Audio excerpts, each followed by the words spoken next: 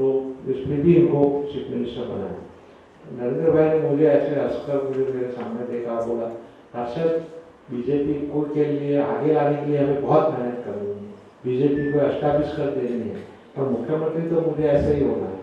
और वो मुख्यमंत्री ऐसे ही 9 MLA कोई भी सीट लड़े बिना, कोई भी विधानसभा कभी भी इलेक्शन, कोई भी इलेक्शन नहीं लड़े और डायरेक्ट CM बनकर गुजरात में आए।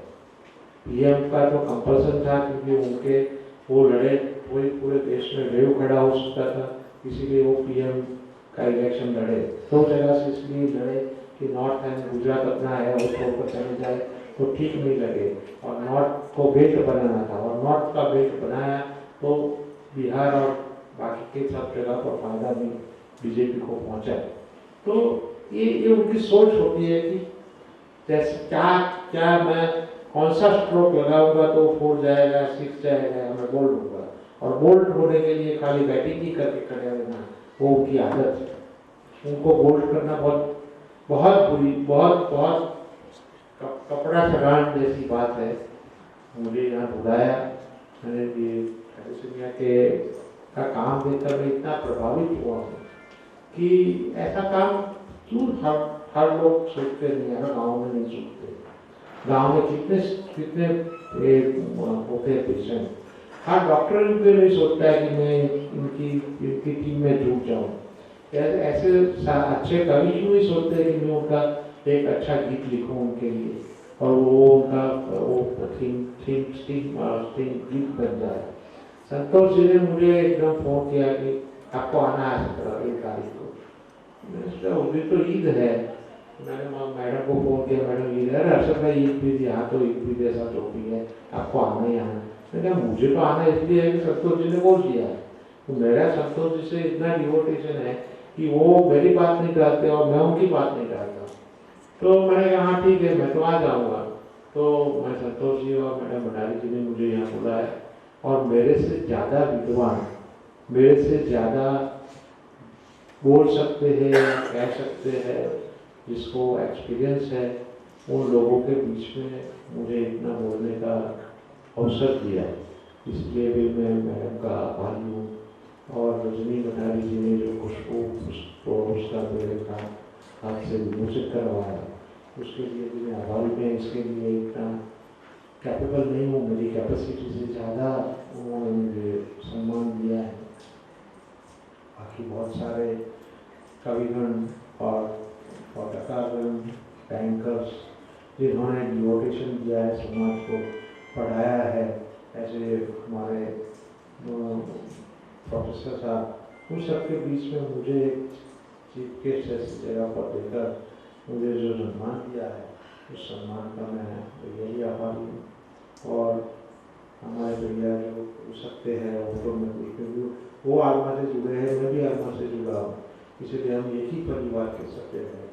इसलिए उसका मुझे भी गौरव है कि मैं उनके साथ कहीं न कहीं जुड़ा हुआ हूँ, और आज से मैं इस खुशबू का आजीवन सत्य बनने की तो करता हूँ, और उसका जो भी होगा वो उसकी जो फॉर्मेलिटी होगी मैं जल्दी से जल्दी भंडारी से पूरी करूँगा, और मेरी जो भी ज़रूरत है, मेरे से जो अपेक्षा है, वो अपेक्षा परिपूर्ण करने के लिए इस संस्था के लिए मैं जितना कर सकूँ उतना करूँगा। धन्यवाद। अर्शद भाई फिलहाल तो एक नंबर बोल दीजिए आप। 52 किसके पास है? 52 किसी के पास है? नहीं है? 98 नहीं, 90 से अंदर बोलना है। 25 भी नहीं है? किसके पास है? आइए 25 किसके पास है? अर्शद भाई के हाथ से गिफ्ट ले लीजिए।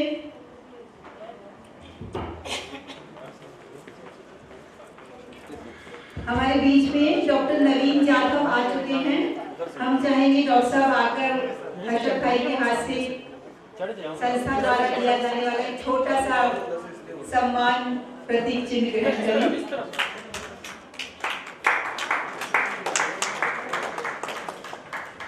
आइए डॉक्टर साहब, हमेशा जुड़े रहेंगे। हमारे बीच में संध्या गंगराड़े हैं, मैं संध्या का नाम पढ़ना भूल गई। आइए संध्या, संध्या भी लाइक, संध्या को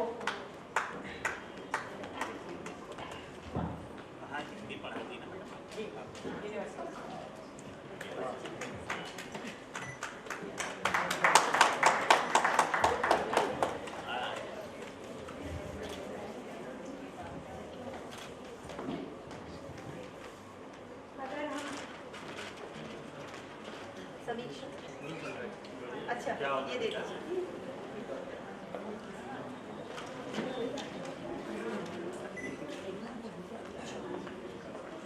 अगर हम जमीन पर रोशनी की तलाश करते हैं तो हमें बहुत सारे जगमगाते हुए सितारे अपने वजूद की, जहानत की और अपने इल्म की ज्योति बिखेरते नजर आते हैं। मेरा इशारा है प्रदीप भंडारी की तरफ। मैं उनको जहमत दे रही हूँ कि कार्यक्रम की समीक्षा के लिए आप आए। आप TCWG के युवा पार्क के कोऑर्डिनेटर हैं श्री प्रदीप भंडारी जी।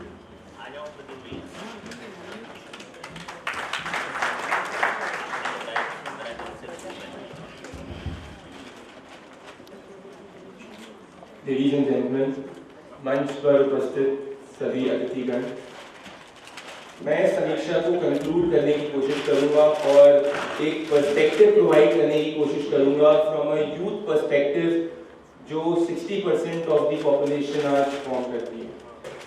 बिफोर स्टार्टिंग मैं आपके सामने दो स्टैटिस्टिक्स रखूंगा कि आज इंडिया में 15 ईयर्स से 24 ईयर्स के बीच की जो जनसंख्या है that is more than the population of United States of America. Point number 1. Point number 2, आज इंडिया में अंडर 5 जितनी डेथ बांग्लादेश चिल्ड्रन की होती हैं उतना पूरी दुनिया में कहीं नहीं होती। So these are two contrasting views of the India which we talk about. तो इसमें परिवर्तन की जरूरत है क्योंकि जब अंडर 5 बच्चों की मृत्यु सबसे ज्यादा हमारे देश में हो रही है, despite of our country being the youngest in this world, then there is something that we have to move towards. Now इस इलेक्शन के बाद में दो चीजें मैंने बहुत स्टार्क नोटिस की हैं which is very positive, जो मैंने इस पूरे डिस्कशन में भी देखी है, which is A, everybody wants to change for better. एक होप है। एक साल पहले there was dissidence, क्या ये करप्शन स्कैम हो रहा है, क्या सरकार क्या कर रही है पता नहीं चल रहा, पर आज एक इम्पेशंस है, आज एक होप है कि हाँ कुछ कर सकते हैं या मैं क्या कर सकता हूँ। This is the change number 1 जो मैं इस डिस्कशन से कंक्लूड करता हूँ कि आज सब लोग कुछ चाहते हैं कि चेंज हो।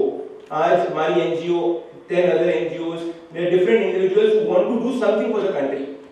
This feeling is starting to come again in our nation. 60 years पहले मुझे याद है कि मैं एक किताब पढ़ रहा था, राम प्रसाद बिस्मिल जी जब अंडमान निकोबार जेल में कैद थे तो वो आजादी की लड़ाई नहीं लड़ पा रहे थे, इसलिए वो खून से पत्थरों पर आजादी की कविताएं लिखते थे और वही कविताएं लिखते लिखते उनको फांसी दे दी गई।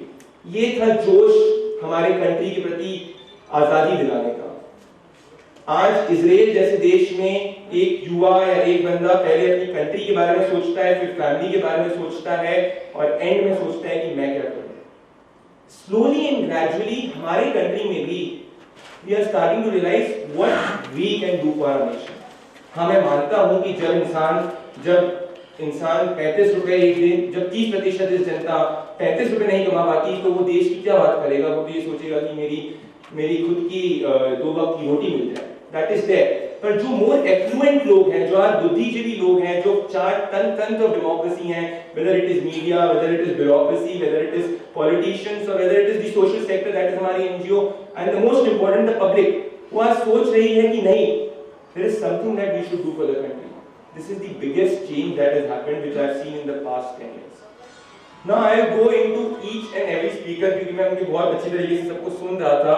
मैं सबसे पहले संतोष शुक्ला जी की जो उन्होंने बात कही, उनकी मूल आसार बात का था कि टेक्नोलॉजी की जो उन्होंने बात की, जो उन्होंने यूट्यूब, ट्विटर, इन सब की बात की। I think this is the biggest change आज जो इंडिया के सामने एक अपॉर्चुनिटी है, क्योंकि आज हम बात करते हैं सिस्टम करप्ट है यार, आज मेरे को अपने कॉलोनी में जंगली कुत्ते को हटाने के लिए 15 बार म्युनिसिपैलिटी को फोन करना पड़ता है, तभी वो जंगली कुत्ता नहीं हटता। Despite this is the system that we have today. परंतु आज टेक्नोलॉजी, आज यूट्यूब, आज फेसबुक, आज डिजिटल कनेक्टिविटी की मदद से मैं ये तंत्र में जो खामी है इसको बाईपास कर सकता हूं। That is the biggest opportunity that we have, जो मैं बिल्कुल सर के साथ कॉन्कर करता हूं कि digital India, make in India और स्किल इंडिया आर 3 ट्राइपॉड्स जो हमारी कंट्री को एक्चुअली ऊपर लिफ्ट कर सकते हैं। और ये जो सिस्टम में जो अंदर जंग लगी हुई है उसको बाईपास कर सकते हैं। आज बायोमेट्रिक टेक्नोलॉजी की जो सर बात कर रहे थे निमीश जी 8 AM की, आज अगर वो टेक्नोलॉजी नहीं होती तो you wouldn't have insured that bureaucrats would be coming at 8 AM, so that technology is there. And our country, which is the IT superpower, which has the best IT brain in this whole world, which exports IT, imagine करिए कि वो IT India में आके वही IT अगर हमारे देश के प्रति छोटे छोटे स्टार्टअप्स जो इमर्ज हो रहे हैं, जो उनके इन्वेंशंस हैं, छोटे छोटे स्टार्टअप्स की जो कंपनी है जो हमारी कंट्री के लिए अगर करना चाहे, जो कोई भी बिजनेस हो, if the businessman starts thinking कि यार ये मैं कंट्री के प्रति क्या कर सकता हूं, अगर आज वो बायोमेट्रिक है तो indirectly that is helping the government, क्योंकि वो आज 8 AM पे ब्यूरोक्रेट जो है उसको टाइम पाने के लिए इंश्योर कर रहा है। सो द बिगेस्ट एडवांटेज जो परिवर्तन की बात आ रही है कि जो आज 60% यूथ पावर है that can leverage technology, that can leverage the IT power, और जब छोटे छोटे स्टार्टअप, छोटी छोटी कंपनियां और जब ज्यादा लोग धंधा करना चालू करेंगे, when the entrepreneurship will start coming up, I would believe that there will be more systematic change which will happen in the country. So the whole path about technology जो सर आप बात कर रहे थे, which is absolutely जो सबसे बड़ा game changer है आज, जो मैं जो सर की बात से सहमत हूँ, which was the मूल बात, अगर मैं सही हूँ जो सर कहना चाह रहे थे उससे। निमीश जी ने बहुत सारी बातें करी हैं, उसमें मैं भी अपने थोड़े छोटे दिल्ली के तथ्य जोड़ना चाहूँगा। So I would take his, because I was listening to him very carefully, so I will just take his all points point by point, क्योंकि उन्होंने काफी अच्छी बातें करी थी और कई कंकरेंस है और कई डिसएग्रीमेंट है। पर जस्ट बिफोर स्टार्टिंग में एक अच्छी बात है कि यहाँ पे प्रॉपर मीडिया नहीं है, वरना जो सर ने बात की थी 4 बीवी की, तो ऐसा होता कि मीडिया उस बात को पूरी तरीके से नहीं दिखाता और बोलते एक बुद्धिजीवी व्यक्ति ने कहा कि इंसान के पास 4 बीवियां होनी चाहिए। So this is the level of reporting that should change, because the fourth pillar of democracy जो मीडिया है, it has to become निष्पक्ष। हाँ ठीक है, I agree that the corporate funding and other issues are there, पर जो मैं बात करना चाह रहा था, that is one issue which I believe कि हमको काउंटर करना पड़ेगा। सर ने बात की पढ़ाई की और सर ने बात की सेंट स्टीफेंस की, I absolutely concur with it, और इसमें मैं ये बात जोड़ना चाहूंगा कि जो भी हमने स्टेट के हाथों में सब्जेक्ट दिया, whether it is education, whether it is health, we have miserably failed। आज आप व्यापन का स्टैम्प ले लीजिए, आज आप स्टेट एजुकेशन इंस्टीट्यूट्स की लेवल देख लीजिए, जो भी हमने स्टेट गवर्नमेंट के हाथ में दिया है, स्टैंडर्ड्स आर बिलो पार मैं कहूंगा कि इट्स नॉट इवन डिजायरेबल, क्योंकि आप अल्टीमेटली जहां पे चेंज आना चाहिए वो स्टेट गवर्नमेंट के हाथों में आना चाहिए। हाँ वहां पे भी धीरे धीरे चेंजेस हो रहे हैं, but the level of change when it starts coming there, I believe real change will happen.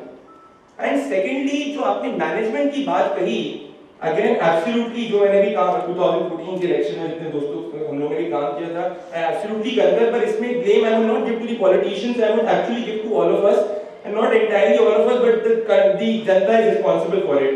क्योंकि जैसे कि मैं कोई भी अपना धंधा कर रहा हूँ, कोई भी काम कर रहा हूँ, मैं वही काम करूंगा जो मेरे बॉस को अच्छा हो, जिसमें मुझे प्रोग्रेस हो।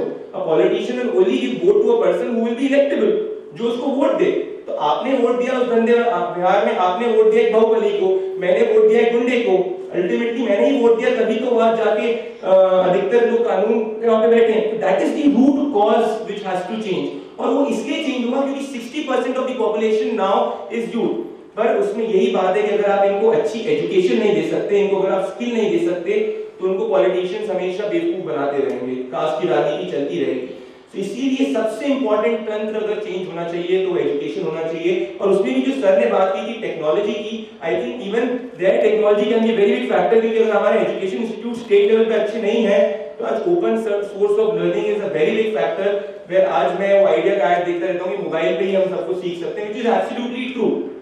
तो education will take time to change, पर again technology is the part where again it can make a very big difference towards it. Third part जो ठीक है, तो थर्ड बात जो सर ने कही विद रिस्पेक्ट टू जनधन योजना, आप इमेजिन करिए, एक्चुअली मैं ये नहीं बोलना चाहूंगा कि this is the first time that financial inclusion की बात हुई या गरीबों को बैंकिंग व्यवस्था में लाने की बात हुई, कि 2005 के आरबीआई डॉक्यूमेंट में बात हुई थी, परंतु जो नीयत का जो चेंज आया है, जब 14 करोड़ अकाउंट खोल दिए गए हैं, दैट इज द परिवर्तन। कि आज एक सरकारी कर्मचारी ये नहीं बोलता है 9 बजे अपनी बीवी को फोन करते हो, हाँ मैं बस 4 बजे आने वाला हूँ, 2 घंटे का लंच ब्रेक होगा, परंतु he is bounded to work and ensure कि भैया अकाउंट खुले। भले मैनेजर चाहता होगा, परंतु एक्चुअली जब हम ब्यूरोक्रेसी की बात करते हैं, हम तंत्र की बात करते हैं, तो लोअर लेवल ऑफ तंत्र है जो चेंज होना चाहिए। और ये जो हम लोग क्रिटिसाइज कर रहे हैं कि भैया 8 बजे आने दे रहे हैं, क्या कर रहा है, बड़ा सख्त है, ये हमारे में आजादी के बाद मुझे समझ में नहीं आता। आप सरकार में काम कर रहे हैं, आप देश के लिए काम कर रहे हैं, अरे आपको 18 नहीं तो 20 घंटे काम करना चाहिए। जब लोगों ने देश के लिए अपने बलिदान दे दिया, 24 साल का भगत सिंह फांसी पे चढ़ गया, तो आप क्या आजादी को ऐसे आराम से ले सकते हैं? So to talk about that, a bureaucrat is coming at 11 AM playing cards, it is actually disdain। हमको शर्म आनी चाहिए हमारे ऊपर, क्योंकि आप उस तंत्र में बैठे हैं जहां से आप चेंज ला सकते हैं। चेंज होता टॉप डाउन पे ही है। एक राजनेता ने कहा था कि एक आदमी कुछ नहीं कर सकता। अब्राहम लिंकन एक आदमी था, महात्मा गांधी एक आदमी थे, नेल्सन मंडेला एक आदमी थे। आदमी एक ही होता है जो इनिशिएशन देता है। तो ये जो एटीट्यूड में चेंज आ रहा है, जहाँ पे लोगों को चेंज उसमें टाइम लगेगा, तभी लोगों को दिक्कत हो रही है कि चलता है एटीट्यूड से चेंज करके काम करवाने की बात हो रही है, तो इसमें कई लोग क्रिटिसाइज करते होंगे। चौथी चीज जो सर ने संस्कृत और जर्मन की बात कही थी, विच इज एब्सोल्युटली करेक्ट। और अगर आप हमारा इतिहास पढ़ेंगे तो आज यूनाइटेड स्टेट्स ऑफ अमेरिका में हर बच्चे की ड्रीम होती है कि मैं अमेरिका जाके शिक्षा लूं। आप भी ऑक्सफोर्ड गए, मेरी सबकी ड्रीम होती है हार्वर्ड जाऊं। क्यों? क्योंकि वहां से पढ़े हुए लोग वर्ल्ड लीडर्स बनते हैं। वहां से पढ़े हुआ बच्चा एक महीने में 20-25 लाख कमाता है। वहां से पढ़े हुए लोग काम नहीं करते, दूसरों को काम करवाते हैं। इसलिए अमेरिका हमेशा सुपर पावर था, और कोई भी कुछ भी कहे सुपर पावर रहेगा। क्यों? क्योंकि उसका एजुकेशन तंत्र उससे है। तो अगर हमको रियली चेंज लाना है, तो हमारे एजुकेशन सिस्टम को वर्कर्स नहीं लीडर्स बनाने की करनी चाहिए। और एक और चीज, हमारे पेरेंट्स की भी मानसिकता बहुत जरूरी है चेंज होने की। कि हमारे हमेशा मैं देखता हूँ कि हमारे अधिकतर अभी भी मानसिकता है कि बेटा 10वीं के बाद डॉक्टर बनना है, इंजीनियर बनना है। ये नहीं, एक फ्री सोसाइटी होनी चाहिए जिसमें जो बच्चे को चाहिए उसको बनने देना चाहिए। वो चेंज आ रहा है, क्योंकि first change happens at the level of parents. सबसे बड़ा टीचर अगर कोई बच्चे का है तो मदर है। तो यहाँ जो बैठी से मदर है, उनका सबसे बड़ा दायित्व बढ़ता है कि वो इंश्योर करें कि बेटा वो करे जो अपने उसमें एक नेशनल भावना लाए, कि बचपन से उसमें होना चाहिए। जब मैं डेली कॉलेज में पढ़ता था तो हम हर दिन जनगण राष्ट्रगान पे खड़े होते थे, हम हर दिन देशभक्ति गीत गाते थे, और हमारे टीचर्स ने हमको बहुत नेशनलिज्म अंदर किया। इसलिए हमें एक भावना है कि नहीं यार मैं कचरा नहीं फेंकूंगा, नहीं मैं ये नहीं करूंगा। पर इतने सारे स्कूल्स और कॉलेज में ये नहीं जाता है। आप सोचिए कि बच्चा आज व्यापक घोटाले में, जो सपोजली एक घोटाला है which is not proved in court, so I will not comment, but still कि 10-10 लाख आप दे कैसे सकते हैं? मतलब आप उससे डॉक्टर भी बन जाएंगे तो आप क्या पाएंगे? तो जो मॉरली, जो थर्ड स्पीकर ने बात की थी, रवीश जी ने, कि जब तक इंसान खुद अच्छा नहीं